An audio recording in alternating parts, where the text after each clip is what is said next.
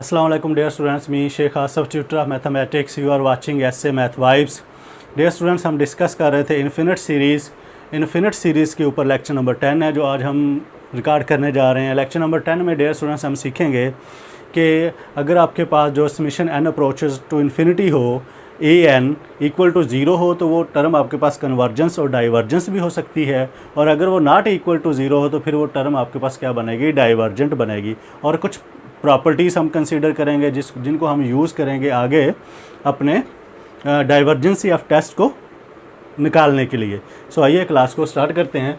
Divergence of test theorem, if summation 1 to infinity A N converges then limit n to n approaches infinity A N equal to 0 में either converge और diverge. Mean अगर आप infinity limit apply करने के बाद अगर वो 0 के इक्वल हो जाए तो वो कन्वर्जेंस भी हो सकती है, वो डाइवर्जेंस भी हो सकती है।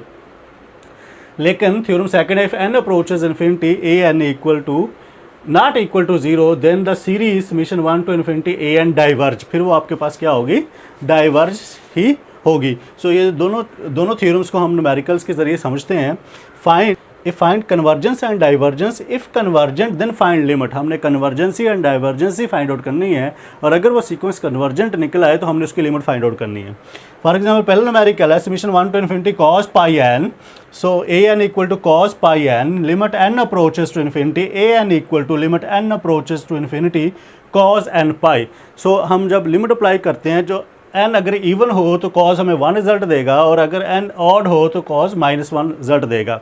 सो लिमिट डियर स्टूडेंट्स ये यूनिक नहीं है, तो आपके पास जो गिवन सीक्वेंस है वो आपके पास क्या है, कन्वर्जेंट नहीं है, वो आपके पास क्या है, डाइवर्जेंट है।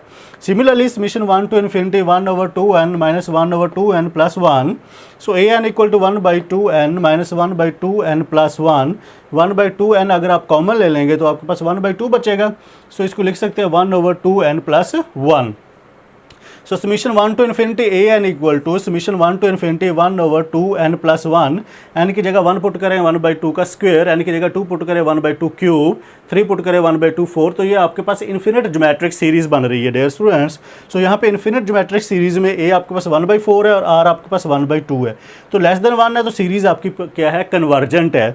तो एस इन्फिनिटी इक्वल टू ए और 1 माइनस आर, सो आप ए आपके पास 1/4 है, आर आपके पास 1/2 है, आप इसको सॉल्व करेंगे आपके पास 1/2 डियर स्टूडेंट्स क्या आएगा, आंसर आएगा। सो ये दो न्यूमेरिकल्स जो हमने किए हैं डियर स्टूडेंट्स, ये न्यूमेरिकल्स हमने थ्योरम 1 और थ्योरम 2 को यूज़ करके किए हैं। सो आइए हम कुछ algebraic properties of infinite series को सीखते हैं, जो हमें नेक्स्ट जो है वो डाइवर्जेंस टेस्ट को निकालने में हेल्प करेंगे।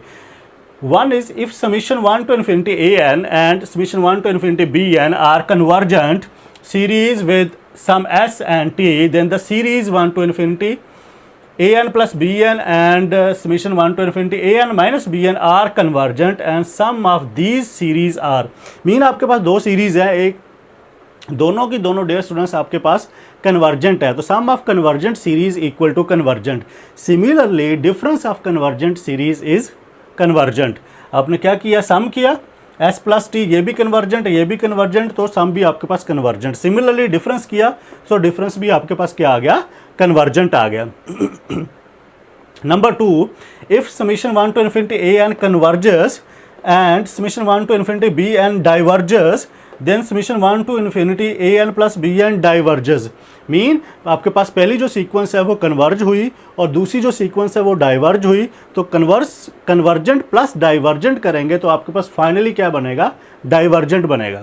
Third, C is non zero real number, then summation 1 to infinity C A N converges, if summation 1 to infinity A N converge and summation 1 to infinity A N diverges, if summation 1 to infinity C A N diverge. Mean किसी भी sequence की कन्वर्जेंसी और डिवर्जेंसी के ऊपर कोई फ़र्क नहीं पड़ेगा किसी नंबर के साथ मल्टीप्लाई करने से, अगर वह नंबर पॉजिटिव हुआ।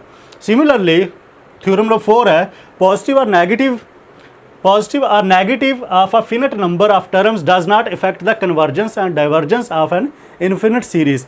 मीन आप किसी इन्फिनिट सीरीज़ को कन्वर्जेंस के ऊपर डाइवर्जेंस के ऊपर मल्टीप्लाई करते हो तो इससे उसकी जो है कन्वर्जेंसी और डाइवर्जेंसी के ऊपर कोई फ़र्क नहीं पड़ता। सो डियर स्टूडेंट्स, अगर आपको इस क्लास में कोई प्रॉब्लम हो तो आप कमेंट करके मुझसे उसका आंसर ले सकते हैं। अल्लाह हाफिज़।